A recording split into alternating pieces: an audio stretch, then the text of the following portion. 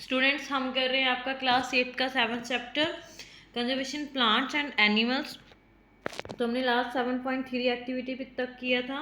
तो today we start with the biosphere reserve 7.4 topic of your NCERT book on page number 79। तो इसमें क्या है, children along with professor Ahmed and Madhav ji enter the biosphere reserve area. Madhav ji explained that biosphere reserves are the areas meant for conservation of a biodiversity. तो children और professor Ahmad के साथ अहमद माधव जी के साथ बायोस्फीयर रिजर्व में एंटर करते हैं और वो उनको एक्सप्लेन करता है बायोस्फीयर रिजर्व के बारे में। तो क्या है, वो बताता है are the areas meant for the conservation of a biodiversity. तो क्या होता है, ये बायोडाइवर्सिटी के लिए ये एरिया कंजर्व किया गया है, मतलब सेव किया गया है। You are aware that biodiversity is the variety of plants, animals and microorganisms generally found in area। तो बायोडाइवर्सिटी में प्लांट्स, एनिमल्स और माइक्रोऑर्गेनिजम्स मिलते हैं इस एरिया में। The biosphere reserve help to maintain biodiversity and culture of that area. तो क्या करता है, बायोस्फीयर हेल्प करता है उसकी बायोडाइवर्सिटी को मेंटेन करने के लिए और कल्चर ऑफ द एरिया को। तो बायोस्फीयर रिजर्व में also contain other protected area in it.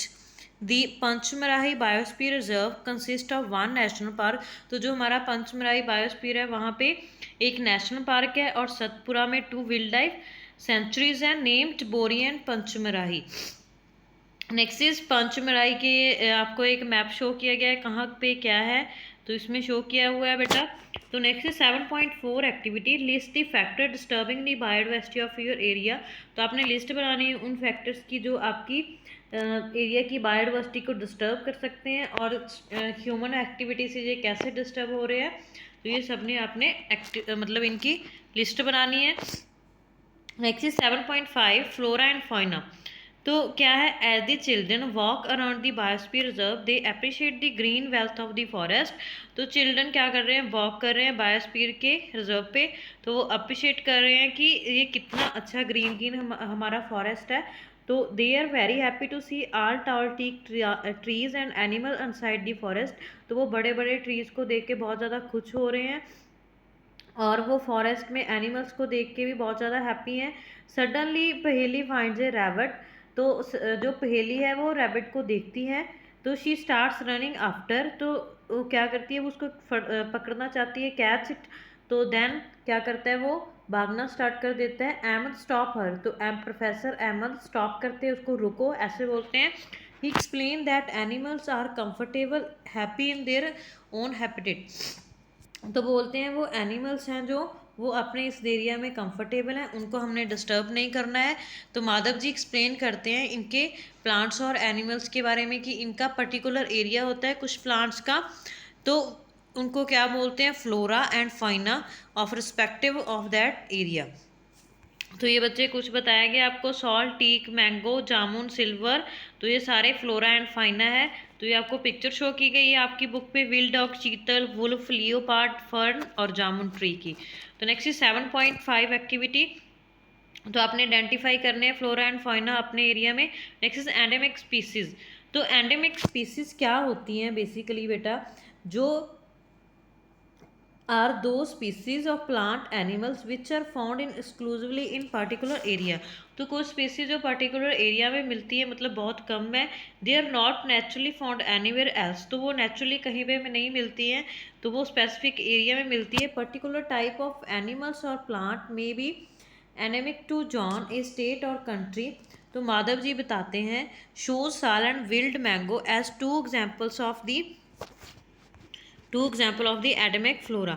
तो वो बताते हैं जो हमारे पास विल्ड मैंगो होते हैं और साल होते हैं, क्या है वो इसकी एग्जांपल ले सकते हो। जैसे विल्ड मैंगो ऐसे होते हैं, मतलब स्पेसिफिक ये एरिया में मिलते हैं और स्पेसिफिक वेदर में। तो एंडेमिक फ्लोरा और Pachmarhi biosphere reserve basin Indian giant squirrel. तो क्या है हमारे पास एंडेमिक में हम गैंड स्क्वेल को भी रख सकते हैं।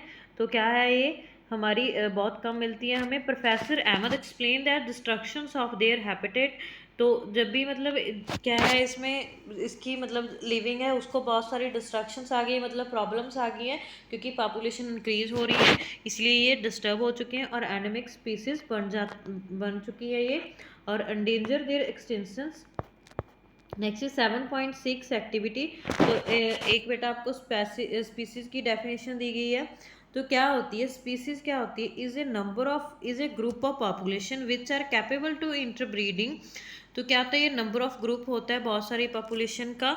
तो क्या होता है इसमें एक ही स्पीसीज़ के मेंबर होते हैं, दूसरी स्पीसीज़ के मेंबर नहीं होते। एक स्पीसीज़ के मेंबर्स की जो करैक्टरिस्टिक्स होती है, बिहेवियर होता है, वो सेम होता है। लाइक जैसे हम ह्यूमन बीइंग है, सभी का बिहेवियर सेम है, आँख नाक हमें सभी के लगे हैं, तो चाहे कोई बॉय हो या गर्ल हो, तो हमें सभी को ह्यूमन स्पीसीज ही बोला जाता है। तो 7.6 एक्टिविटी में आपने क्या करना है, एंडेमिक जो स्पीसीज़ हैं उनका आपने सभी ने नेम्स वगैरह लिखने हैं, नेम्स इकट्ठा करने हैं, ठीक है। तो next is wildlife sanctuary. तो क्या होती है वाइल्ड लाइफ सेंचुरी, तो प्रोफेसर अहमद बताते हैं explain that killing capturing animal in general strictly prohibited and punishable by law in such places. Wildlife sanctuary like a reserve forest provide protection and suitable living conditions to wild animals। तो क्या होता है उस area में जाना मना होता है, जो हमारे पास सेंचुरी होती है उनको किल करना कुछ भी मतलब मना होता है वहाँ पे, क्योंकि वो वहाँ पे जैसे हमारे टाइगर्स वगैरह रहते हैं। He also tell them that people living in a wildlife sanctuary are allowed to do certain activities such as a grazing by their livestock, collecting medicinally plants, firewood। तो यहाँ पे क्या होता है उस एरिया में जाना मना होता है क्योंकि वहाँ पे स्पेसिफिक जो मेडिसिन है उनको ग्रो किया जाता है लाइव स्टॉक को, तो उनको स्पेसिफिक वहाँ पे एनिमल्स वगैरह होते हैं। तो नेक्स्ट इज सम क्या होता है जब भी हम उस जगह पे प्रोहिबिटेड इसीलिए होता है क्योंकि जब भी हम उस जगह पे जाते हैं तो क्या हो जाता है वो एनिमल्स डर जाते हैं, तो मतलब उनके ऊपर बैड इम्पैक्ट पड़ता है इसका। It is pity that even protected forests are not safe because people living in the neighborhood encroach upon them and destroy them. Children are reminded of their visit to zoo. They recall the zoo are also places where animals receive protection। तो children को याद आता है, remember करते हैं वो कि वो जू में भी गए थे, वहाँ पे भी एनिमल्स को रखा जाता है। और फॉरेस्ट और जू में क्या डिफरेंट है, ये आपका क्वेश्चन है, आपने करना है बेटा, आपसे मैं पूछूंगी। Next is national park. तो नेशनल पार्क क्या होते हैं, on the road side there was another board on which was written Satpura national park. तो वो वहीं रोड पे जा रहे हैं, वहाँ पे उन्होंने देखा कि एक पार्क पे लिखा हुआ सतपुरा नेशनल पार्क। तो children are now eager to go there, तो चिल्ड्रन वहाँ पे जाना चाहते हैं। माधव जी बताते हैं ये क्या है, रिजर्व है और large was enough to protect whole sets of ecosystem. They preserve flora, fauna, landscape and historic object of an area. तो वो बोलते हैं ये रिजर्व है, यहाँ पे हमें प्रीवियस जो हमारे चीज़ें थे उनका भी उनके भी एविडेंस मिले हैं यहाँ पे।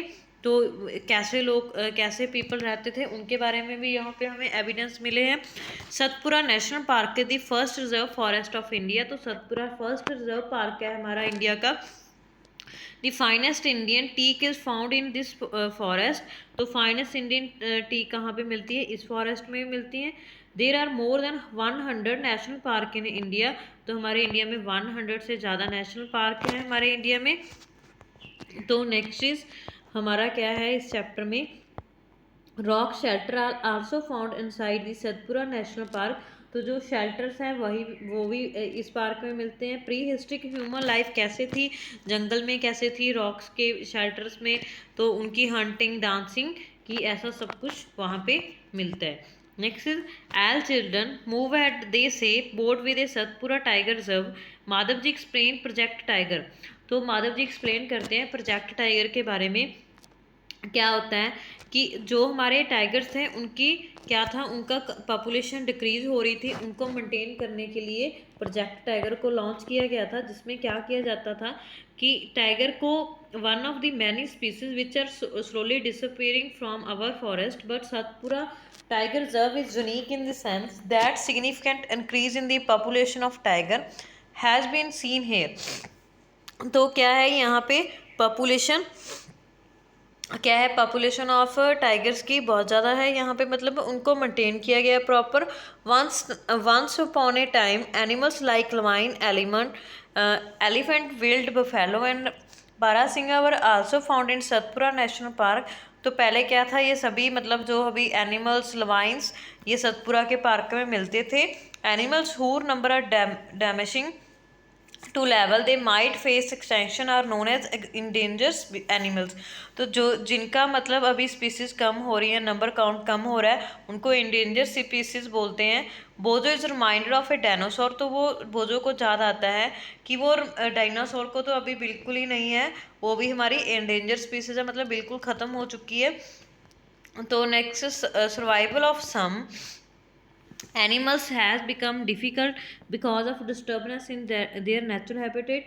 तो क्या है, कुछ एनिमल्स इससे डिस्टर्ब हो चुके हैं क्योंकि पॉपुलेशन इंक्रीज हो रही है, फॉरेस्ट को काटा जा रहा है, तो इनसे उनकी लाइफ पूरी तरह से डिस्टर्ब हो चुकी है, इसीलिए वो endangered स्पीसीज बन चुके हैं। तो माधव जी टेल्स पहली that small animals are much more in danger because becoming extinct than the bigger animals. तो वो बताते हैं माधव जी, छोटे जो एनिमल्स हैं वो इनसे ज़्यादा डेंजर्स में है, क्योंकि we kill snakes, frog, lizard, bats and owls ruthless. तो हम क्या करते हैं, स्नैक्स को, फ्रॉग्स को, तो इनको, लिजार्ड्स को मतलब किल कर देते हैं without losing their importance in ecosystem. तो हम इसकी इंपॉर्टेंस नहीं समझते हमारे इकोसिस्टम में क्या है। By killing them, we are harming ourselves. They might be small in size, but their role in the ecosystem cannot be ignored. तो क्या है, ये बहुत ज़्यादा छोटे हैं लेकिन इनका हमारे इकोसिस्टम में बहुत ज़्यादा बड़ा रोल है। They form part of food chains. तो ये क्या है, फूड चेन का पार्ट है हमारी का, अपने क्लास 7th में पढ़ा होगा। An ecosystem is a made of the all plants, animals and micro organism in an area along with non-living components such as a climate, soil, river delta। तो क्या है, ये इकोसिस्टम का पार्ट है हमारे का, प्लांट्स, एनिमल्स, माइक्रो ऑर्गेनिज्म, ये सारे हमारे इकोसिस्टम का पार्ट होते हैं। Next is red data book.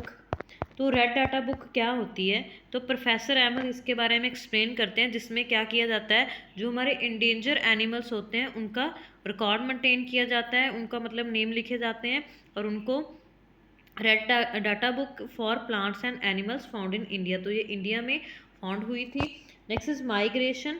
The excursion party then enter deeper into the forest under the guidance. Madhav ji, तो जब भी मतलब सारी पार्टी है, बच्चा पार्टी वहाँ पे जाती है जंगल के अंदर with the guidance of Madhav ji, they set near the Tawa reserve to legs for some time. तो वो तवा के पास बैठते हैं और लेग्स करते हैं कुछ टाइम के लिए। तो पहेली देखती है, some of the birds near the river. तो कुछ बर्ड रिवर के नियर हैं। Madhav ji tells the children that these are majority birds. तो ये क्या है, मेजॉरिटी बर्ड्स है। These birds have flown from one other parts of the bird. तो ये दूसरे पार्ट से आए हैं, मतलब हमारे वर्ल्ड के दूसरे कंट्री से आए, दूसरे पार्ट से आए हुए हैं। Migratory birds fly to far away areas. तो बहुत सारे जो बर्ड्स होते हैं वो अपने एरिया से दूर चले जाते हैं ड्यूरिंग ए पर्टिकुलर टाइम। मतलब जब भी क्लाइमेट चेंज होता है वो अपने एरिया से दूर चले जाते हैं, फिर जब भी मतलब क्लाइमेटिक कंडीशन उनके अकॉर्डिंग हो जाती है तो तभी वो वापस आ जाते हैं, उनको माइग्रेटर बर्ड्स बोलते हैं। Next is recycling of paper. तो प्रोफेसर एमर draw attention of the children to another cause of deforestation. तो वो क्या बताते हैं, अनदर कॉज बताते हैं जो हम जंगल को काटते हैं। He tells them that take 7 full grown trees to make 1 ton of paper. तो बोलते हैं वो 17 जो हमारे फुल ग्रोन ट्री है वो आपकी जो कॉपी होती है उसको बनाने के लिए यूज़ होते हैं, पेपर बनाने के लिए। तो हमें क्या करना चाहिए, पेपर को सेव करना चाहिए। We should save paper. Professor Ahmed also tells that paper can be recycle 5 to 7 times for use it. तो हम एक पेपर को रिसाइकल कर सकते हैं 7 to 5 टाइम्स, फिर उसको यूज़ कर सकते हैं। If each student saves at least 1 sheet of paper in day we can save many trees in year. तो जब भी कोई बच्चा एक पेज को सेव करता है हम बहुत सारे ट्रीज़ को बना सकते हैं। By this we not only save tree but also save energy and water. तो हम ऐसे हम वाटर को ही सेव करेंगे, एनर्जी को सेव करेंगे, ठीक है, ऐसे पेपर को सेव करके।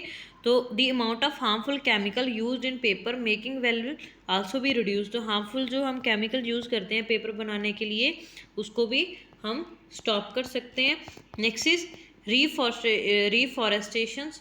तो प्रोफेसर अहमद क्या सजेस्ट करते हैं, हमें डिफॉरेस्टेशंस को रीफॉरेस्टेशंस में चेंज करना चाहिए, मतलब रीस्टॉकिंग करनी चाहिए। तो जो हमारे जंगल्स हैं उनको डिस्ट्रॉय नहीं करना चाहिए, तो हमें न्यू प्लांट्स को लगाना चाहिए, सिस्टम को डिस्टर्ब नहीं करना चाहिए। तो ऐसे वो बताते हैं ह्यूमन ही इसमें मेन रोल प्ले कर सकता है, तो हमें ट्रीज को डैमेज नहीं करना चाहिए। प्रोफेसर एमर told them in the India we have the forest conservation act. तो वो बताते हैं हमारे फॉरेस्ट कंजर्वेशन एक्ट है, this act is aim to preservation and conservation of natural forest. तो इसका क्या एम है, वो कंजर्वेशन करता है प्लांट्स को हमारे को, इसका basis needs of the people living in near the forest. तो हमें ध्यान रखना चाहिए, हर को ट्रीज़ को ग्रो करना चाहिए।